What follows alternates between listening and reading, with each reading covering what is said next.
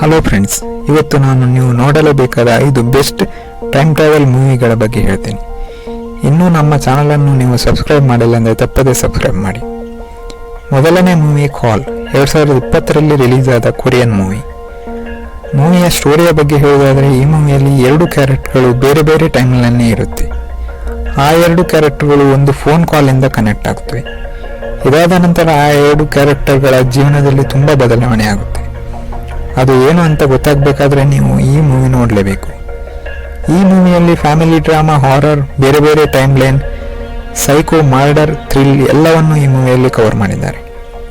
ಈ ಮೂವಿ ಆರಂಭದಿಂದ ಕೊನೆವರೆಗೂ ನಿಮ್ಮನ್ನು ಹಿಡಿದಿಟ್ಟುಕೊಳ್ಳುತ್ತೆ. ಅಷ್ಟೊಂದು ಇಂಟ್ರೆಸ್ಟಿಂಗ್ ಆಗಿದೆ. ಹಾಗೆ ಒಂದು ಬೆಸ್ಟ್ ಕ್ಲೈಮ್ಯಾಕ್ಸ್ ಕೂಡ ಇದೆ. ಈ ಮೂವಿಯನ್ನು ನೀವು ಫ್ಯಾಮಿಲಿಯೊಂದಿಗೆ ಕೂತು ನೋಡಬಹುದು. ಎರಡನೇ ಮೂವಿ 2014ರಲ್ಲಿ ರಿಲೀಸ್ ಆದ ಪ್ರೆಡಿಸ್ಟಿನೇಷನ್. ಈ ಮೂವಿ ಟೈಮ್ ಟ್ರಾವೆಲ್ ಮೂವಿಗಳಲ್ಲಿ ಬೆಸ್ಟ್ ಮೂವಿ ಅಂತ ಕರೆಸಿಕೊಳ್ಳುವ ಮೂವಿ. ಈ ಮೂವಿಯಲ್ಲಿ ಟೈಮ್ ಟ್ರಾವೆಲ್ ಪ್ಯಾರಡಾಕ್ಸ್ ಕಾನ್ಸೆಪ್ಟ್ ಅನ್ನು ಚೆನ್ನಾಗಿ ತೋರಿಸಿದ್ದಾರೆ. ಮೂವಿಯ ಸ್ಟೋರಿಯ ಬಗ್ಗೆ ಹೇಳಬೇಕಂದ್ರೆ, ಒಬ್ಬ ವ್ಯಕ್ತಿ ಟೈಮ್ ಟ್ರಾವೆಲ್ ಮುಖಾಂತರ ಸಾವಿರಾರು ಜನರ ಪ್ರಾಣ ತೆಗೆಯುತ್ತಿದ್ದ ಒಬ್ಬ ಬಾಂಬರ್ ಅನ್ನು ಹಿಡಿಯಲು ಟ್ರೈ ಮಾಡ್ತಾನೆ. ಇದರ ಮಧ್ಯೆ ಸಾಕಷ್ಟು ಟ್ವಿಸ್ಟ್ಗಳು ಈ ಮೂವಿಯಲ್ಲಿ ಬಂದು ಹೋಗುತ್ತೆ. ಇದೇ ಈ ಮೂವಿಯ ಹೈಲೈಟ್. ಈ ಮೂವಿ ನಿಮ್ಮ ಬ್ರೈನ್ಗೆ ತುಂಬಾ ಕೆಲಸ ಕೊಡುತ್ತೆ. ಮೂರನೇ ಮೂವಿ 2014ರಲ್ಲಿ ರಿಲೀಸ್ ಆದ ಕ್ರಿಸ್ಟೋಫರ್ ನೋಲನ್ ನಿರ್ದೇಶನದ ಇಂಟರ್ಸ್ಟೆಲ್ಲರ್.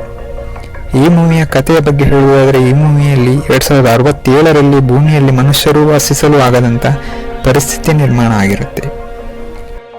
ಇಂಥ ಟೈಮಲ್ಲಿ ವಿಜ್ಞಾನಿಗಳೆಲ್ಲ ಸೇರಿಕೊಂಡು ಸ್ಪೇಸಲ್ಲಿ ಮನುಷ್ಯರು ವಾಸಿಸಲು ಯೋಗ್ಯವಾಗಿರುವ ಒಂದು ಪ್ಲಾನೆಟ್ ಹುಡುಕುವ ಪ್ಲಾನ್ ಮಾಡ್ತಾರೆ. ಇದರಲ್ಲಿ ಅವರಿಗೆ ಎದುರಾಗುವ ಸಮಸ್ಯೆಗಳು ಹಾಗೂ ಇದರಲ್ಲಿ ಅವರು ಯಶಸ್ವಿ ಆಗ್ತಾರ ಅನ್ನೋದು ಈ ಮೂವಿಯ story.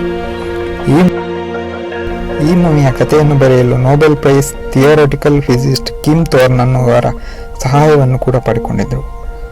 ಮೂವಿಯಲ್ಲಿರುವ black hole, space travel, time dilation ಅಂತ ಕಾನ್ಸೆಪ್ಟ್ಗಳು ರಿಯಾಲಿಟಿಗೆ ತುಂಬಾನೇ ಹತ್ತಿರದಲ್ಲಿ ಇದೆ ಅಂತ ನಿಮಗೆ ಅನಿಸುತ್ತೆ. ಮೂವಿಯ ಪ್ರತಿಯೊಂದು ಸೀನ್ ಕೂಡ ನಿಮ್ಮ ಬ್ರೈನ್ಗೆ ತುಂಬಾನೇ ಕೆಲಸ ಕೊಡುತ್ತೆ. ಇನ್ನು ಮೂವಿಯ ಕ್ಲೈಮ್ಯಾಕ್ಸ್ ನೋಡಿದ ಮೇಲಂತೂ ಯೂಟ್ಯೂಬ್ನಲ್ಲಿ ಮೂವಿಯ ಎಂಡಿಂಗ್ ಎಕ್ಸ್ಪ್ಲೇನ್ ವಿಡಿಯೋಗಳನ್ನು ನೋಡುತ್ತೀರಾ.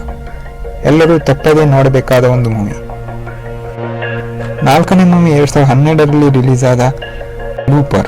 ಈ ಮೂವಿಯ ಕಥೆಯ ಬಗ್ಗೆ ಹೇಳುವುದಾದರೆ, 2075ರ ಟೈಮ್ ಲೈನಲ್ಲಿ ಟೆಕ್ನಾಲಜಿ ಎಷ್ಟು ಮುಂದುವರಿಯುತ್ತೆ ಎಂದರೆ, ಯಾರಾದರೂ ಕೊಲೆ ಮಾಡಿದರೆ ತಪ್ಪಿಸಿಕೊಳ್ಳುವುದು ಸಾಧ್ಯನೇ ಇರಲಿಲ್ಲ. ಇದೇ ಕಾರಣಕ್ಕೆ ಅವರು ಯಾರನ್ನಾದರೂ ಕೊಲೆ ಮಾಡಬೇಕಂದ್ರೆ ಆ ವ್ಯಕ್ತಿಯನ್ನು ಪಾಸ್ಟ್ಗೆ ಕಳಿಸುತ್ತಿದ್ದರು. ಅಲ್ಲಿರುವ ಒಬ್ಬ ವ್ಯಕ್ತಿ ಅವರನ್ನೆಲ್ಲ ಕೊಲೆ ಮಾಡ್ತಾ ಇದ್ದ. ಇಂಥ ವ್ಯಕ್ತಿಗಳನ್ನು ಲೂಪರ್ ಅಂತ ಕರೀತಾ ಇದ್ರು. ಇಂಥ ಲೂಪರ್ಗಳು ಫ್ಯೂಚರ್ನಲ್ಲಿರುವ ಕಿಲ್ಲರ್ಸ್ಗಳೊಂದಿಗೆ ಒಂದು ಒಪ್ಪಂದ ಕೂಡ ಮಾಡ್ಕೊಂಡಿರ್ತಾರೆ. ಆ ಒಪ್ಪಂದ ಯಾವುದು, ಅದು ಹೇಗೆ ಪಾಸ್ಟ್ನಲ್ಲಿರುವ ಕಿಲ್ಲರ್ಸ್ಗಳನ್ನು ಟ್ರ್ಯಾಪ್ ಮಾಡುತ್ತೆ, ಆ ಒಂದು ಟ್ವಿಸ್ಟ್ ಈ ಮೂವಿಯ ಹೈಲೈಟ್. ಈ ಮೂವಿ ಒಂದು ಡಿಫರೆಂಟ್ ಆದ ಟೈಮ್ ಟ್ರಾವೆಲ್ ಮೂವಿ, ತಪ್ಪದೆ ನೋಡಿ. ಐದನೇ ಮೂವಿ 2010ರಲ್ಲಿ ರಿಲೀಸ್ ಆದ ಕ್ರಿಸ್ಟೋಫರ್ ನೋಲನ್ ನಿರ್ದೇಶನದ ಮತ್ತೊಂದು ಮೂವಿ ಇನ್ಸೆಪ್ಷನ್. ಈ ಮೂವಿ ಆನ್ಲೈನ್ ಸ್ಟೋರಿ ಬಗ್ಗೆ ಹೇಳುವುದಾದರೆ, ಈ ಮೂವಿಯ ನಾಯಕ ಹಾಗೂ ಅವನ ಟೀಮ್ ಬೇರೆಯವರ ಕನಸುಗಳಲ್ಲಿ ಹೋಗಿ ಅಲ್ಲಿರುವ ಮಾಹಿತಿಯನ್ನು ಕದಿಯುವುದು ಹಾಗೂ ಅಲ್ಲಿ ತಮಗೆ ಬೇಕಾದ ಮಾಹಿತಿಯನ್ನು ಸೇರಿಸುವುದು ಅವರ ಕೆಲಸ. ಅದಕ್ಕೋಸ್ಕರ ಒಂದು ಮೆಷಿನ್ ಕೂಡ ಇಟ್ಕೊಂಡಿರ್ತಾರೆ. ಇದನ್ನೇ ಬಿಸ್ನೆಸ್ ಕೂಡ ಮಾಡ್ಕೊಳ್ತಾರೆ. ಅವರಿಗೆ ಒಂದು ಟಾಸ್ಕ್ ಕೂಡ ಸಿಗುತ್ತೆ. ಇದರಲ್ಲಿ ಯಶಸ್ವಿಯಾಗ್ತಾರ ಅನ್ನೋದು ಈ ಮೂವಿಯ ಸ್ಟೋರಿ. ಈ ಮೂವಿಯನ್ನು ಅರ್ಥ ಮಾಡಿಕೊಳ್ಳಬೇಕಂದ್ರೆ ನೀವು ಈ ಮೂವಿಯನ್ನು ಕಡಿಮೆ ಅಂದರೂ 2-3 ಬಾರಿ ನೋಡಲೇಬೇಕು. ಬ್ರೈನ್ಗೆ ಕೆಲಸ ಕೊಡುವಂಥ ಮೂವಿ ನೋಡುವ ಇಂಟ್ರೆಸ್ಟ್ ನಿಮಗಿದ್ದರೆ ತಪ್ಪದೆ ಈ ಮೂವಿಯನ್ನು ನೋಡಿ.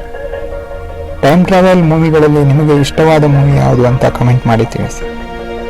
ವಿಡಿಯೋ ಇಷ್ಟ ಆಗಿದ್ರೆ ಲೈಕ್ ಮಾಡಿ, ನಿಮ್ಮ ಫ್ರೆಂಡ್ಸ್ ಜೊತೆ ಶೇರ್ ಮಾಡಿ, ತಪ್ಪದೆ ಚಾನಲನ್ನು ಸಬ್ಸ್ಕ್ರೈಬ್ ಮಾಡಿ.